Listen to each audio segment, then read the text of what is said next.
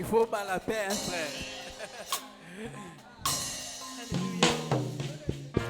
Alléluia. Tu peux encore élever ta voix pour apprécier la présence de Dieu au milieu de nous. Il a donné Christ pour nous. Il a donné son unique. Il est mort à la croix pour nous. Il a tout donné pour nous. Et son esprit au milieu de nous pour déverser encore sa gloire pour nous révéler la gloire de Christ dans nos vies. Alléluia. Saint-Esprit, révèle la gloire de Dieu. Révèle Christ dans nos vies. Dans toutes les dimensions, révèle Christ. Nous voulons contempler le roi. Nous voulons contempler celui qui a payé nos dettes. Nous voulons contempler la gloire de celui qui nous a rachetés de la mort éternelle. Lui qui nous a sauvés. Esprit du Dieu souverain, que ta présence soit connue, révèle la gloire du Dieu tout-puissant. Esprit du Dieu souverain, que ta présence soit connue, révèle la gloire du Dieu tout-puissant.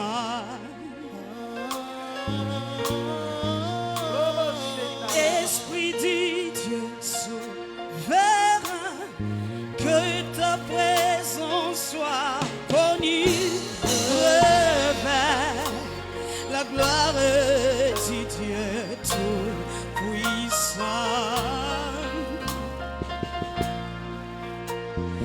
Esprit du Dieu souverain, que ta présence soit connue, révèle la gloire du Dieu tout-puissant.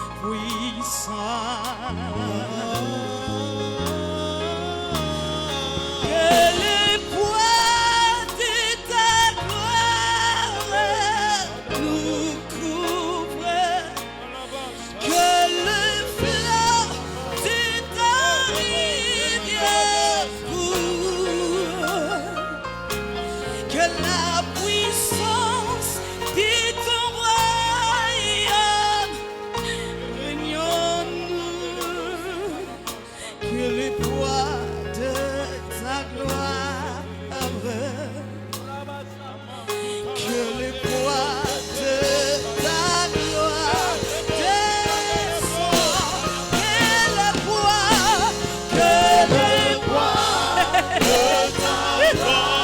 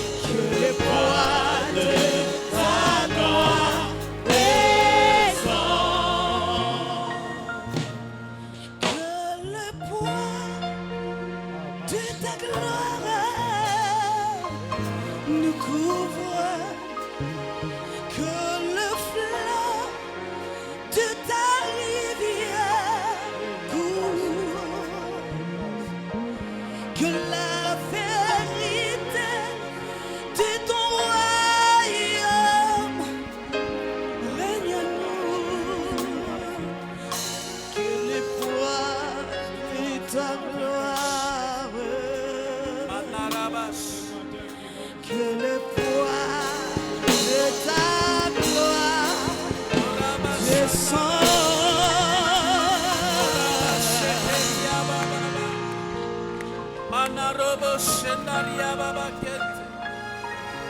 Amarobos. Roya mama shegeria baba basanda. Roya robo sheneria baba. Roya baba sheke. Amarobos. Raya bashe. Alléluia. Alléluia. Merci Seigneur. Que les poids de ta gloire se révèlent et demeurent au milieu de nous. Que ta parole touche et transforme ton peuple. Bénis ton peuple. Celui qui est si présent et celui qui nous suit. Au travers le message.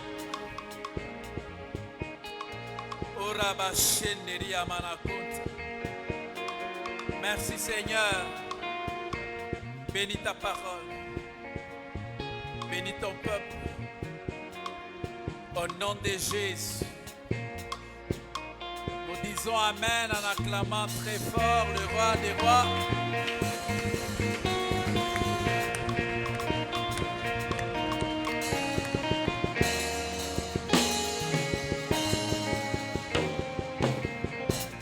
Amen. Que Dieu vous bénisse et que Dieu bénisse la chorale. Est-ce que nous pouvons l'encourager? Alléluia. Que Dieu vous bénisse et aller de gloire en gloire. Alléluia. Alors j'aimerais nous inviter à lire une portion des Écritures dans les livres des Jean, chapitre 8, versets 30 à 32.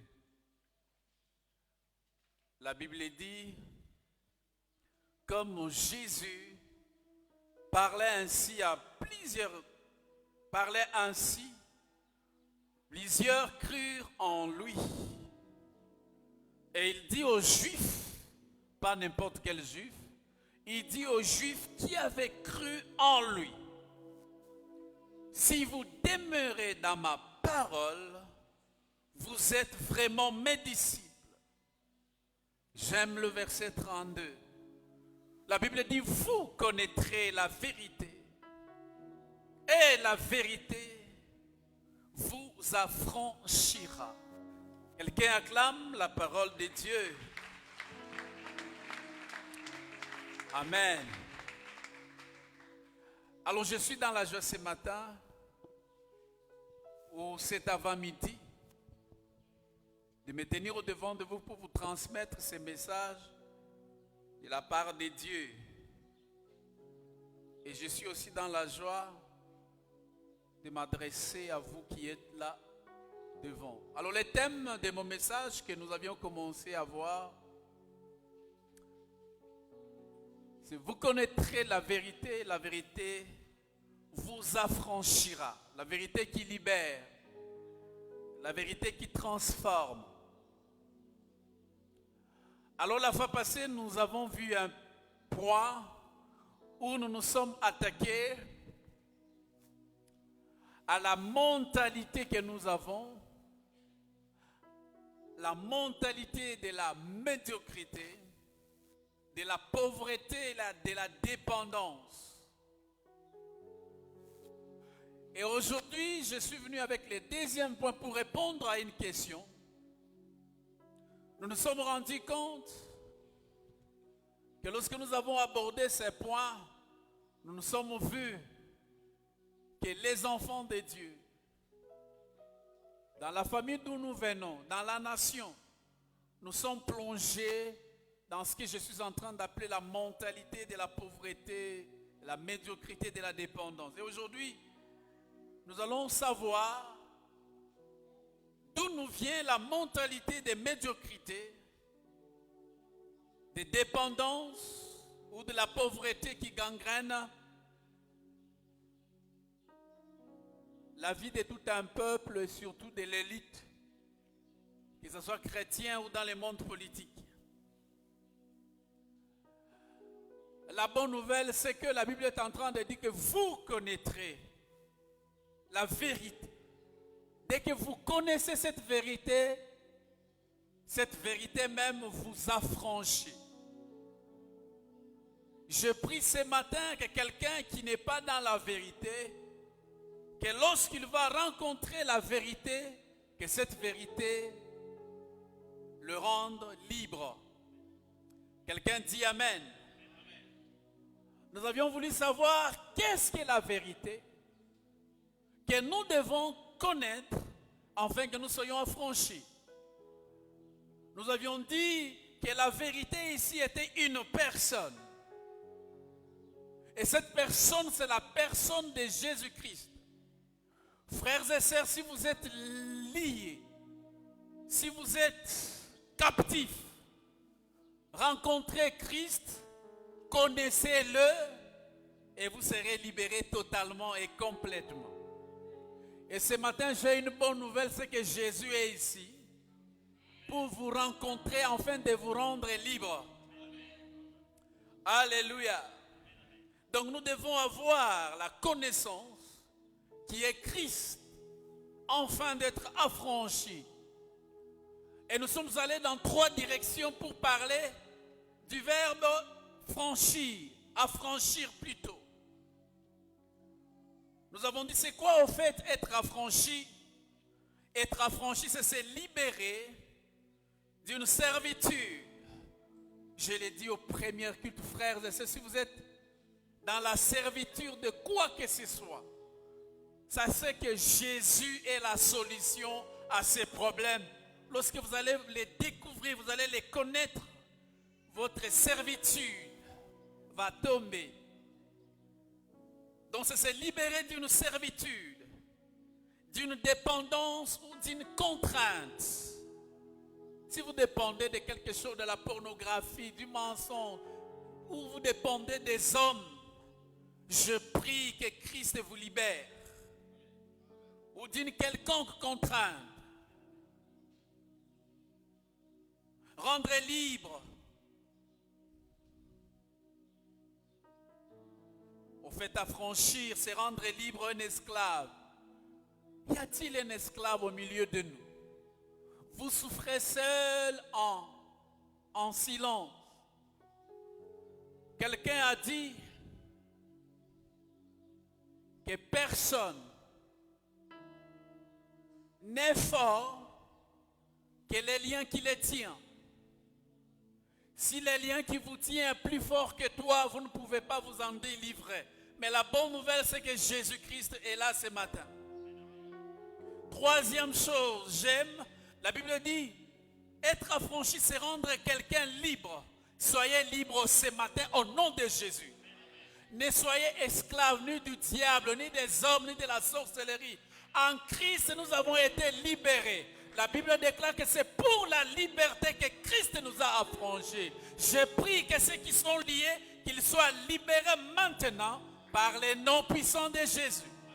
Cette parole est libérée pour quelqu'un. Je dis, si tu es lié, sois libéré au nom de Jésus. Sachez que s'il y a un membre qui est captif dans votre corps, ce membre a les oreilles pour entendre ce que je suis en train de dire.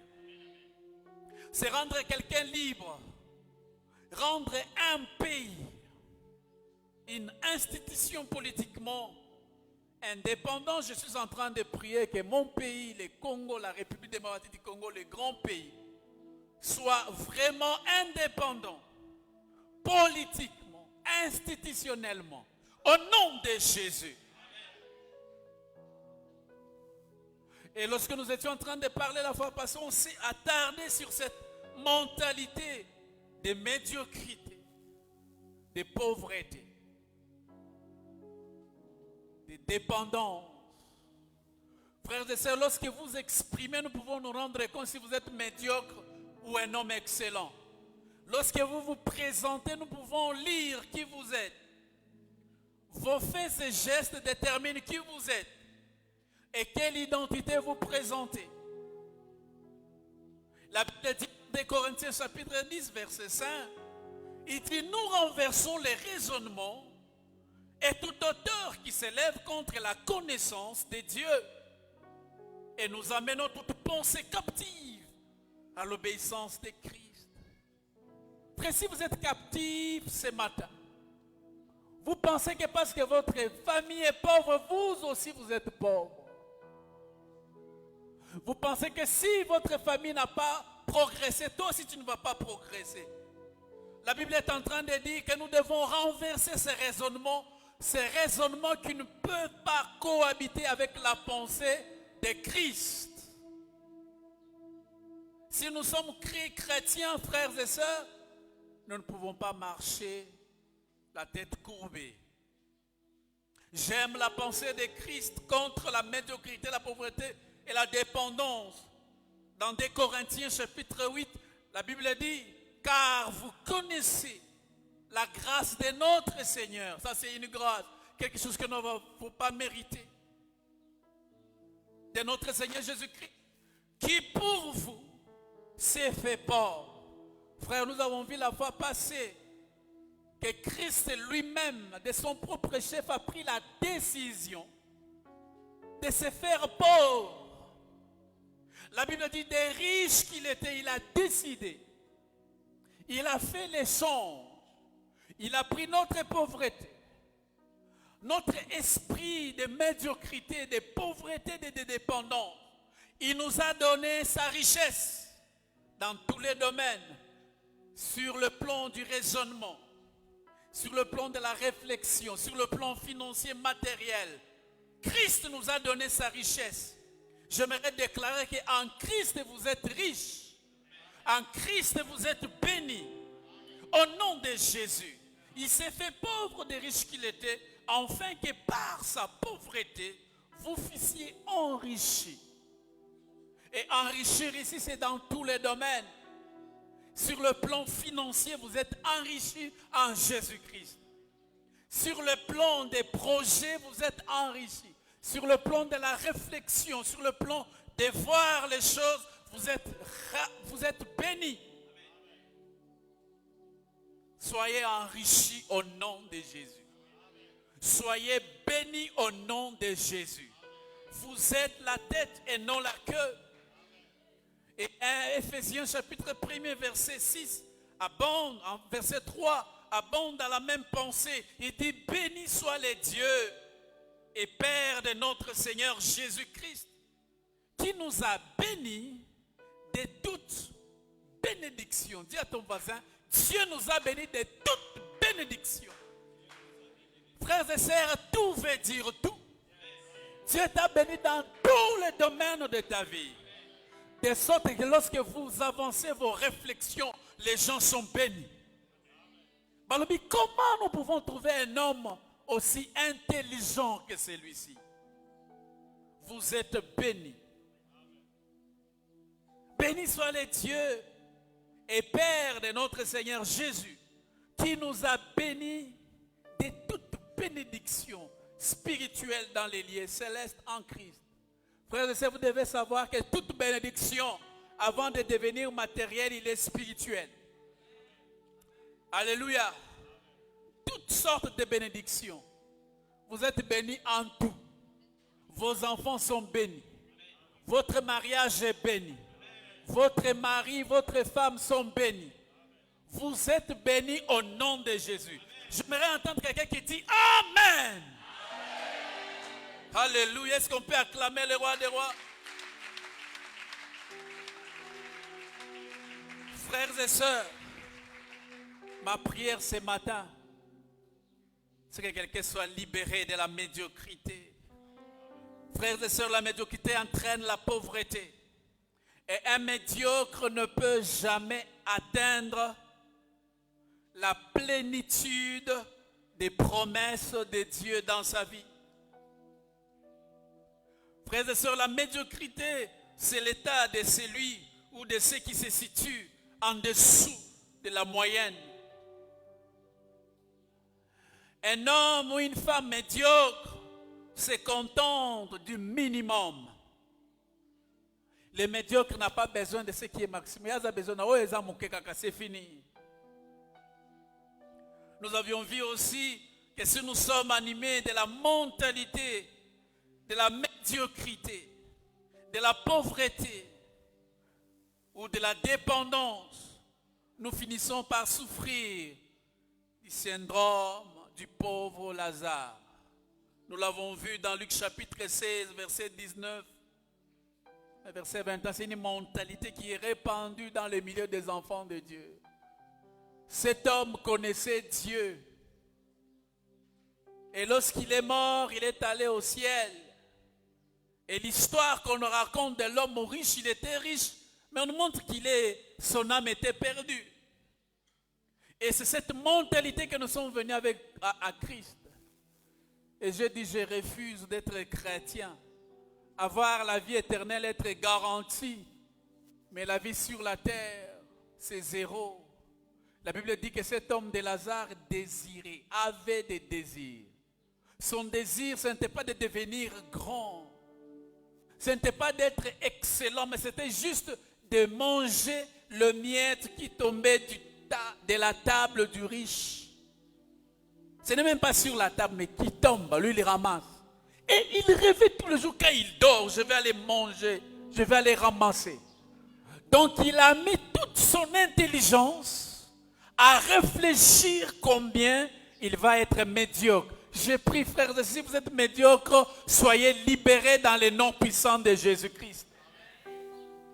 Je refuse. Et lorsque vous avez cette mentalité et la pauvreté vous atteint, vous pouvez les lire dans Psaume 109, verset 17 à 19. Une mentalité comme ça nous attire la malédiction.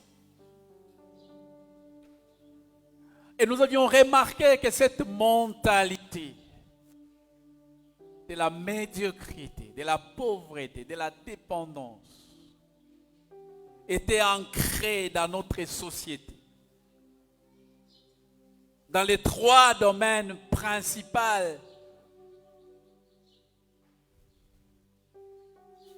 de notre société, dans notre famille, dans la famille, dans l'église, dans les mondes politiques ou bien dans les institutions ou bien dans les gouvernements civils.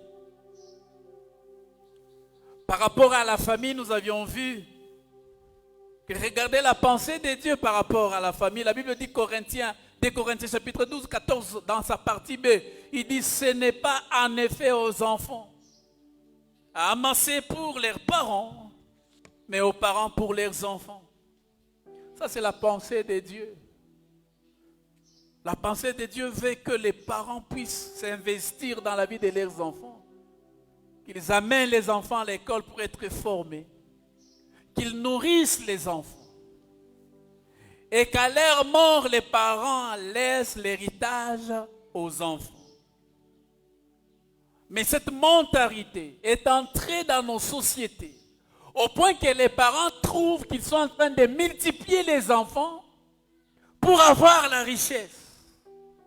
Les autres ont des filles, ils vont les marier pour avoir l'argent. Et les filles sont devenues comme des marchandises. Les autres filles qui n'ont pas encore atteint, plutôt qui ne sont pas encore entrées dans les mariages, des fois il y a certains parents qui poussent les enfants à se prostituer pour chercher les pains. Et maman a colia, papa a colia.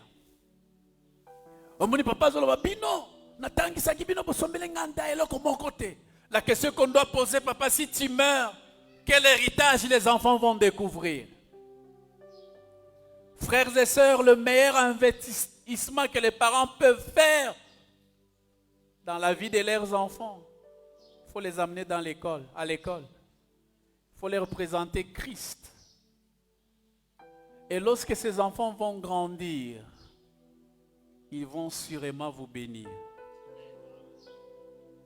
Ils vont dire ce que je suis devenu, c'est mon père et ma mère qui ont souffert pour que je sois ce que je suis. C'est ainsi que vous allez trouver les jours de l'anniversaire un enfant qui offre un véhicule à ses parents, qui offre une parcelle. Les parents n'ont pas demandé parce que les enfants sont conscients que ce que nous sommes, c'est les parents. Est-ce que je m'adresse à des parents cet avant-midi? Si les parents sont ici, ils peuvent dire Amen. Et nous avions vu la responsabilité de la famille. Nous avions dit que la responsabilité de la famille, c'est la reproduction, l'éducation, la santé, le mieux-être de cette famille. Et j'aime les transferts d'héritage. Je suis en train de prier que quand je partirai, que mes enfants découvrent l'héritage que je les ai laissé. Nasambeli nakotika la bana nangaka ka Yesu te. Nakotika la bana nangaka ka étude te. Mais nakotika la bango biloko ils peuvent toucher. Dire merci papa.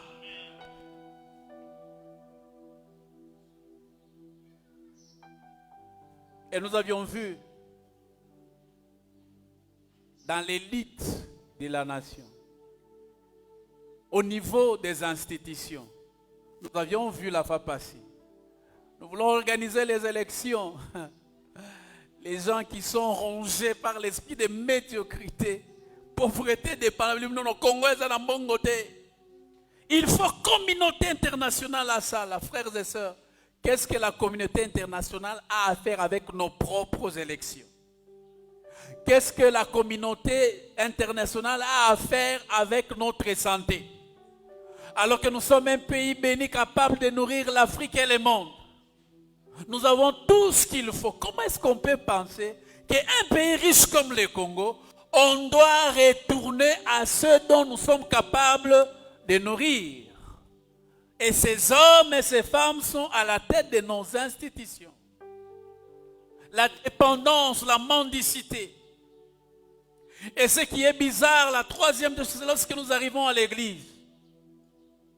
Lorsque ces hommes et ces femmes viennent dans notre église, c'est l'église qui est censée corriger cette mentalité.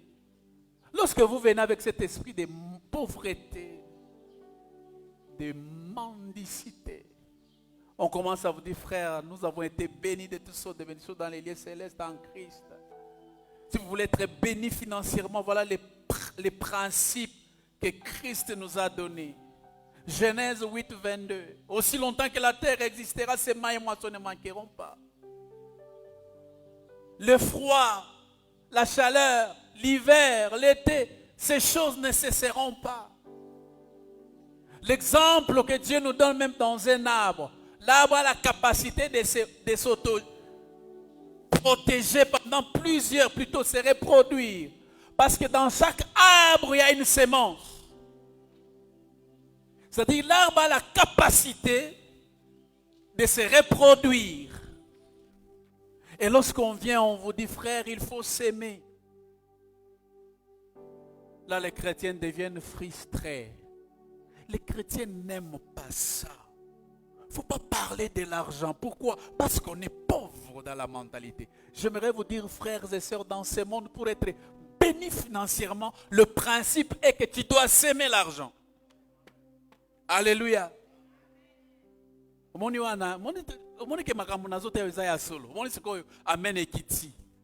Frères et sœurs, vous voulez devenir millionnaire, vous devez apprendre le principe de semailles et moissons.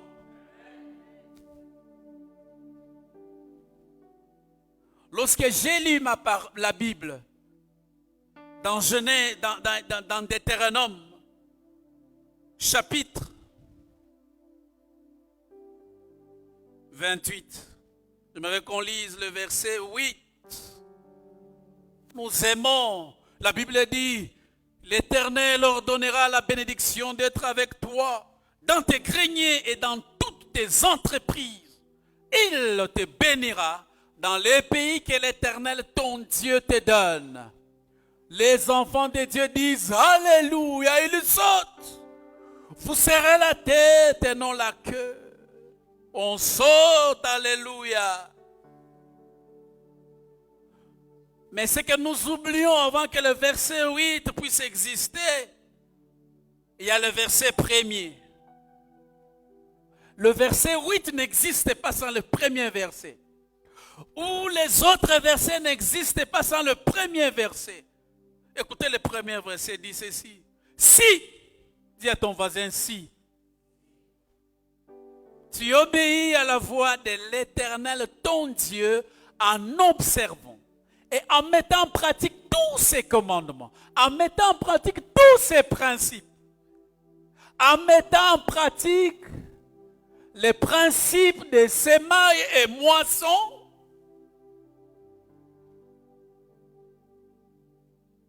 que je te prescris aujourd'hui, l'Éternel, ton Dieu, te donnera la supériorité sur toutes les nations de la terre. Frères et sœurs, rentrons au verset 8. La Bible dit, l'Éternel leur donnera la bénédiction d'être avec toi, dans tes greniers, dans toutes tes entreprises. Frères et sœurs, lorsqu'on parle des greniers, les greniers c'est un endroit, un réservoir, où on entasse les grains, où on entasse les choses qu'on a récoltées, on a placées là-bas. Frères et sœurs, il n'y a pas de grenier lorsqu'on n'a pas semé, on n'a pas récolté. Les greniers existent lorsqu'on a semé et qu'on récolte. Les fruits des récoltes vont aller dans les greniers. Et Dieu dit, si tu respectes ces principes, alors tes greniers ne vont rien manquer. Tes greniers seront remplis d'abondance parce que tu as semé et tu as récolté. Frères et sœurs, je ne sais pas si quelqu'un comprend ces messages. Le verset 8 n'existe pas sans le verset premier. Elingi kolobaboy. Ce que olingi grenier na yo ezala rempli. Ce que olingi nzamba pesa yo mutu na makambozo sala. Mettez la parole de Dieu en pratique. Et tous les versets qui viennent après vont être votre partage. Mais là, les chrétiens se limitent seulement là-bas. Alléluia, oh, je suis la tête de nos que mes frères. Il y a si. Dis à ton voisin, si. Est-ce que je m'adresse à des hommes et des femmes? Est-ce que je m'adresse à des enfants de Dieu? Frères et sœurs, c'est ça la vérité. Maintenant, nous les chrétiens congolais, nous aimons les sensationnels. Tu seras la tête et non la queue. Oui, amen. Mais qu'est-ce que nous devons faire pour être la tête et la queue? Il y a une responsabilité, frère. Dans la vie chrétienne, il y a la part de l'homme et la part de Dieu. Alléluia. Il y a la part de Dieu. Je suis en train de finir mon message. J'arrive pour vous donner la réponse à la question. C'est le deuxième point. D'où nous vient la mentalité de médiocrité, de pauvreté, de dépendance qui gangrène la vie de tout un peuple et surtout de son élite. Je dis au premier culte que la réponse était simple. J'aimerais que quelqu'un m'écoute très bien. Ce n'est que les jours où nous comprendrons ces choses que notre mental va être transformé, que Dieu va nous bénir. La réponse à toutes ces choses, ce sont les pratiques et les messages transmis par la colonisation belge en connivence avec le catholicisme. Lorsque je parle moi-même, j'étais du nombre. Il a été prouvé que 80% des chrétiens qui ont formé ce que j'appelle les corps du Christ au Congo sont d'obédience catholique. J'étais en train de dire, lorsque la Belgique devrait faire asseoir la colonisation, ils ont travaillé ensemble avec l'Église catholique pour amener un message de médiocrité, de pauvreté, de dépendance. Un message qui devrait minimiser ou réduire l'homme noir.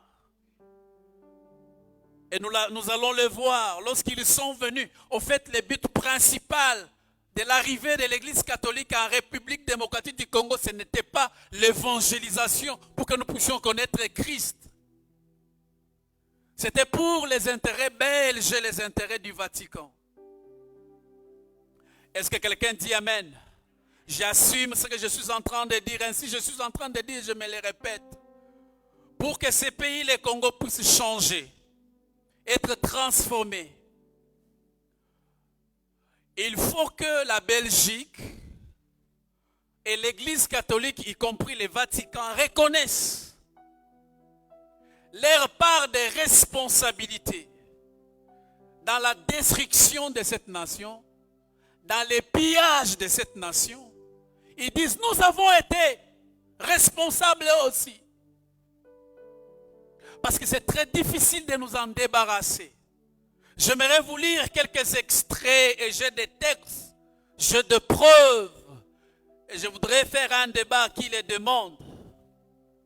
Alléluia.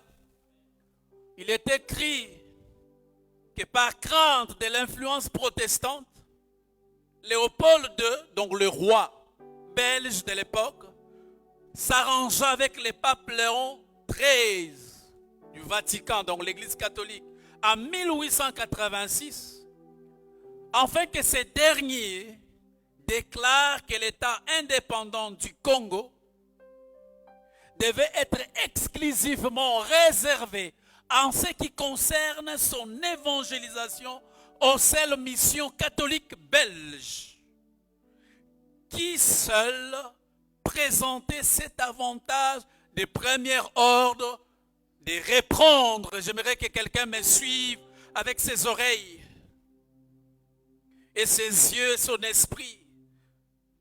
Reprendre avec les lumières de l'évangile l'amour du nom belge.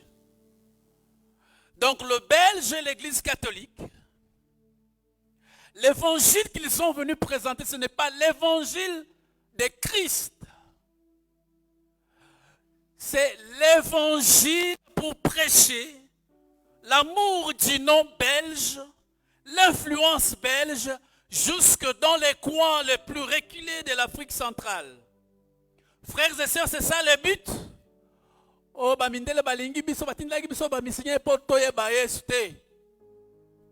c'était pour les intérêts belges, pour les intérêts du Vatican. Par rapport à l'école, j'ai toujours dit, la seule chose peut-être que j'apprécie, c'était l'école. Mais là aussi, il y a un problème dans cette école. Qu'est-ce qu'ils nous ont appris? Qu'est-ce qu'ils nous ont enseigné? L'école avait pour but aussi, pour maintenir ces idées en place dans les hommes et les femmes de l'époque. Les charges de l'enseignement étaient exclusivement réservées aux missions catholiques. Ceci dans le sens de la convention conclue le 26 mai 1906 entre l'État indépendant du Congo et les siens sièges, le Vatican ou l'Église catholique. Au terme de cette convention, écoutez, les missions catholiques avaient une sorte de régime concordataire. Écoutez, qui leur donnera droit à l'octroi gratuit de 100 à 200 hectares par établissement. Et frères et sœurs, j'aimerais les déclarer que tout ce que vous voyez dans l'Église catholique, des concessions de parcelles, c'est un très grand pourcentage sur les sols congolais. Ils n'ont jamais acheté. C'est gratuit. Et aujourd'hui, lorsque vous marchez, vous allez vous rendre compte que tous ces endroits-là ont construit des bâtiments. Il y a des magasins. Et les hommes et les femmes qui louent ces endroits-là, ils paient l'argent là-bas. Il y a des banques qui sont construites. Mais bizarrement, lorsque l'église des réveils a commencé, c'était une église pauvre qui n'avait rien. Et on nous a appelés les binzam parce qu'on n'avait rien. Est-ce que quelqu'un est en train de me saisir? Tout ce qu'ils ont, c'est gratuitement. Ce que j'ai remarqué lorsque je fréquentais l'église à l'époque dite catholique, c'est que nous étions les plus pauvres. Mais l'église était les plus riches à l'époque. J'aurais voulu les Pères Noël puissent commencer à nous aider quand même. L'élite congolaise est sortie de cette école et on lui a inculqué cette mentalité de pauvreté. L'homme blanc est supérieur. C'est lui qui connaît tout. Vous ne pouvez pas toucher à cette richesse. Vous devez rester pauvre. Parce que le ciel, c'est votre partage. Est-ce que quelqu'un dit Amen? Ils ont tordu l'essence de l'évangile pour une bonne occupation coloniale. J'aimerais vous faire l'extrait du roi lui-même.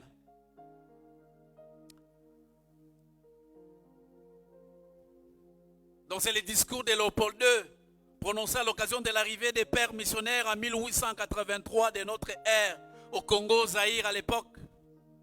Il dit, révérend père et chers compatriotes, frères et sœurs, ça c'est les discours du roi. Il s'adresse aux prêtres catholiques missionnaires qui devraient faire leur travail. Écoutez la mission qu'il leur donne. Il dit, révérend père et chers compatriotes, écoutez, le but principal de votre mission au Congo n'est donc point d'apprendre, écoutez comment nous appeler, aux nègres de connaître Dieu, car ils les connaissent déjà. Ils parlent et se soumettent à un Mungu, un Zambi, un Mukulu, un Jakomba, et que sais-je encore. Ils savent que tuer, voler, coucher avec la femme d'autrui, calomnier et injurier est mauvais. Frère, lorsque vous lisez ces choses, vous vous rendez compte que nous avions des valeurs. On savait que voler c'était mauvais. On savait qu'aller avec la femme d'autrui c'était mauvais. Et même l'ont reconnu. Ayons donc le courage de l'avouer. Vous n'irez donc pas leur apprendre à connaître ce qu'ils savent déjà. Maintenant, qu'est-ce qu'ils doivent nous apprendre? Écoutez maintenant. Votre rôle essentiel est de faciliter la tâche aux administratifs et aux industriels. Donc, comment la richesse est bima? Vous facilitez bango. Ce n'était pas pour te prêcher, moi et toi, nous puissions connaître Christ. C'est donc dire que vous interpréterez l'évangile de façon qui sera à mieux protéger nos intérêts dans cette partie du monde. Frères et sœurs, est-ce que quelqu'un m'entend? Oh, on a un catholique 100%, 100%. Pour ce faire, vous veillerez entre autres à désintéresser nos sauvages. Frère, nous étions l'air sauvage. Peut-être aujourd'hui nous sommes encore l'air sauvage. Désintéresser nos sauvages des richesses dont regorge l'air sol et sous-sol. Pour éviter qu'ils s'y intéressent et qu'ils ne nous fassent pas une concurrence meurtrière et rêvent un jour nous déloger. Frères, j'aimerais vous expliquer comment est-ce que l'Occident a su que les Congos avaient des richesses. Premièrement, ils ont trouvé que les Congolais à l'époque avaient des chaînettes en or, avaient des bracelets. Ils ont trouvé des petits industries à notre niveau, où on est en train d'extraire certaines pierres précieuses. Ils ont découvert Balubé, bazan à richesse. Mais nous allons envoyer notre évangile tordu pour les désintéresser de ça. Après, quand je regarde ces choses, je pleure mon pays, je pleure la République démocratique du Congo. Est-ce que quelqu'un est en train de me suivre? Désintéresser nos sauvages des richesses dont regorge l'air sol et sous-sol, pour éviter qu'ils s'y intéressent, qu'ils ne nous fassent pas une concurrence meurtrière et rêvent un jour à nous déloger. Écoutez maintenant quelque chose de très important pour vous dire que le catholicisme n'était pas là pour vous sauver, vous. N'était pas là pour vous amener l'évangile. Votre connaissance de l'évangile nous permettra de trouver facilement des textes recommandant aux fidèles d'aimer la pauvreté, tel par exemple, heureux les pauvres, car le royaume des cieux est à eux. Il est difficile aux riches d'entrer au ciel, vous savez vous-même. L'exemple épatant de Lazare. La Bible nous montre qu'il était pauvre, mais il est allé au ciel, mais le riche est allé en enfer. Et ces gens ont travaillé. Ils nous ont introduit ces images. C'est ainsi que et nos autorités dans le monde politique, et nous les pasteurs, on a acquis cette mentalité de pauvreté, de complexe, d'infériorité devant un blanc. Frère, si vous ne le savez pas, la Belgique a été construite par la République démocratique du Congo. Je sais que dans cette salle, il y a un papa belge. Et j'aimerais m'adresser à lui, papa, votre pays d'adoption a fait des choses. Vous ferez tout. Ah, je regrette. Vous ferez tout, donc. Et vous savez qu'il y a des gens qui sont morts. Les gens qui ont été enterrés vivants. Il dit, vous ferez tout pour que les nègres aient peur de s'enrichir pour mériter le ciel. C'est ainsi que vous, quand on parle de la richesse, de la bénédiction, vous vous fâchez contre nous. Parce que c'est là-bas dans la mentalité. Vous croyez que pour être riche, il faut demander. C'est ainsi que dans nos églises, il y a trop de personnes qui demandent trop à Dieu, mais qui ne font rien pour Dieu. Parce que c'est là-bas. Yo, zali pauvre. Ça mène à repérer ça. Et cette prière qu'on nous a appris, nous sommes des pauvres pécheurs. Donc, ça là, nayo masumu.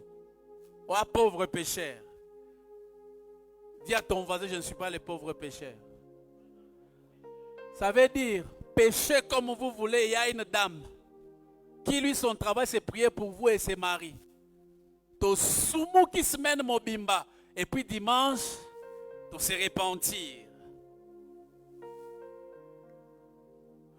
Évangéliser les nègres jusqu'à la monde des Africains, qu'ils restent toujours soumis aux colonialistes blancs, qu'ils ne se révoltent jamais contre les contraintes que ceux-ci feront subir. Faites-les réciter chaque jour, heureux ceux qui pleurent, car le royaume des cieux est à eux. Convertissez toujours les noirs au moyen de la chicote. Frères et sœurs, est-ce que l'évangile, on doit vous chicoter pour que vous puissiez croire en Dieu? La Bible dit, car Dieu a tant aimé le monde, qu'il a donné son Fils unique afin que quiconque, on dit quiconque, on n'a pas poussé. C'est-à-dire, si tu trouves que Jésus est la solution à ton problème, alors reçois-le. On ne peut pas recevoir Jésus par la chicote. Et ces choses doivent être enlevées de notre tête, frère. Vous êtes bénis en Christ. Vous êtes la tête et non la queue. Nous avons été bénis de toutes sortes de bénédictions spirituelles dans les lieux célestes en convertissez toujours les noirs au moyen de la chicote. Instituez pour eux un système de confession qui fera des bons détectives pour dénoncer tout noir qui a une prise de conscience. Est-ce que vous comprenez? Ne prenez pas conscience. Vous êtes pauvre, vous êtes inférieur. La richesse dans votre pays ne vous appartient pas, vous êtes des nègres. C'est pour les blancs, c'est pour l'homme supérieur. C'est lui qui est venu vous ouvrir les yeux sur votre propre richesse. C'est ce que ça veut dire. C'est ainsi que quand vous allez au confessorat, on lui prête nazana, moni naibaki, ou soit moni, il y a telle personne qui est comme ça. Alors, on dit que c'est là. Et puis on appelle la police belge, on vient te ramasser. Et c'était ça. Qui feront des bons détectives pour dénoncer tout noir, qui a une prise de conscience aux autorités investies du pouvoir de décision.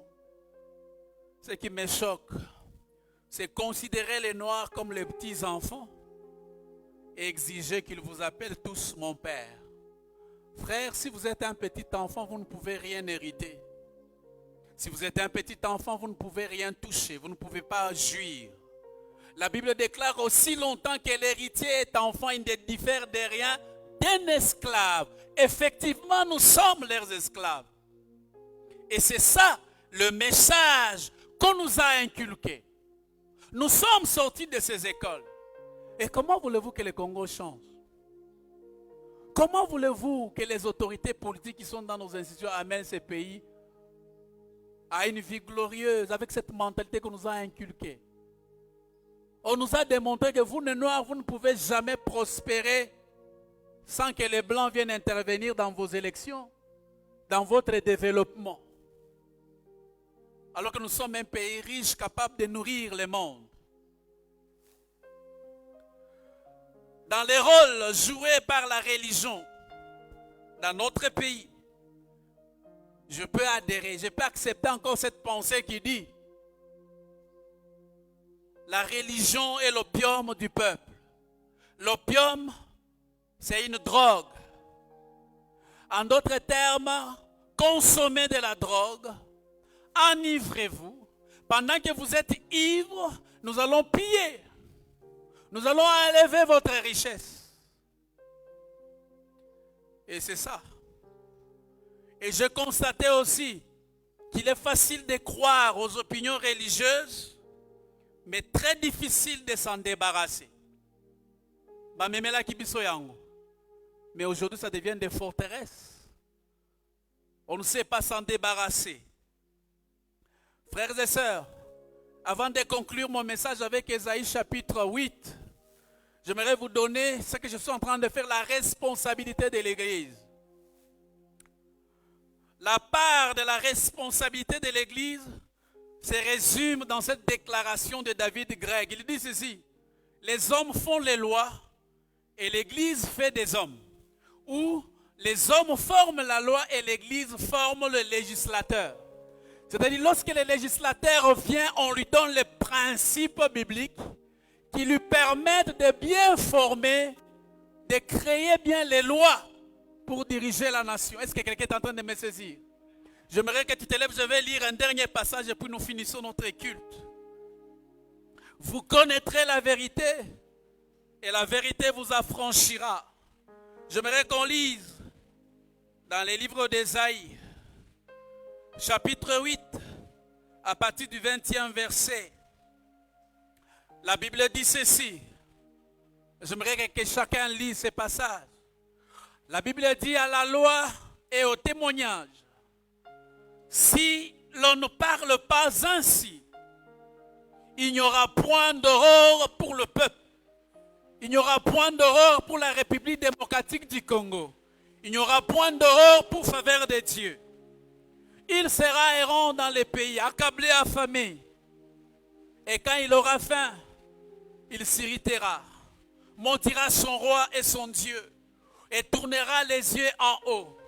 Puis il regardera vers la terre, et voici, il n'y aura que détresse, obscurité et de sombres angoisses. Il sera repoussé dans d'épaisses ténèbres. Est-ce que nous pouvons acclamer le Seigneur? Je voudrais que quelqu'un qui a saisi ces messages, qu'il acclame, qu'il dise que je suis libéré de l'ignorance. Alléluia. Frères et sœurs, nous allons prier.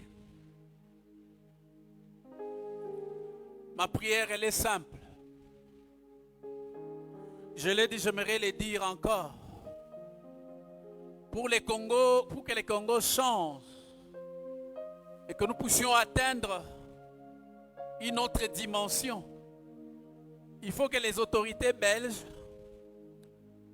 et l'Église catholique reconnaissent leur part de responsabilité dans la destruction de notre pays et de la mauvaise mentalité qu'ils ont sémée dans le peuple congolais depuis la colonisation. S'ils reconnaissent et qu'ils sont prêts à renoncer à ces choses, à dire nous avions tort, et j'aimerais vous dire, beaucoup de choses vont changer dans notre nation. Beaucoup de choses vont changer dans ta mentalité. Mais toi qui es à l'église, apprends déjà que tu es béni en Christ et que tu es la lumière, tu es celle de la terre et lumière du monde. Est-ce que quelqu'un peut acclamer le roi des rois, Jésus-Christ de Nazareth? Fais cette simple prière. Dis à Dieu: Seigneur, enlève à moi cet esprit de médiocrité, de pauvreté, de dépendance. Je voudrais dépendre de ta pensée. Des riches que tu étais, tu t'es fait pauvre afin de m'enrichir dans tous les domaines. Je ne suis pas la queue, je suis la tête. J'aimerais prier avec des gens. Priez avec moi. Robo Shandarabaka. Robo Shandarabakante. Robo Shandarabakante. Robo Shandarabakante. Et moi,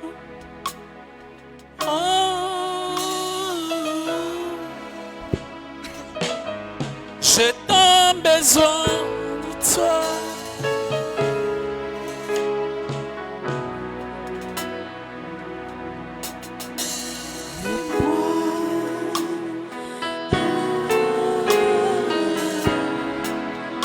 Prie les rois des rois.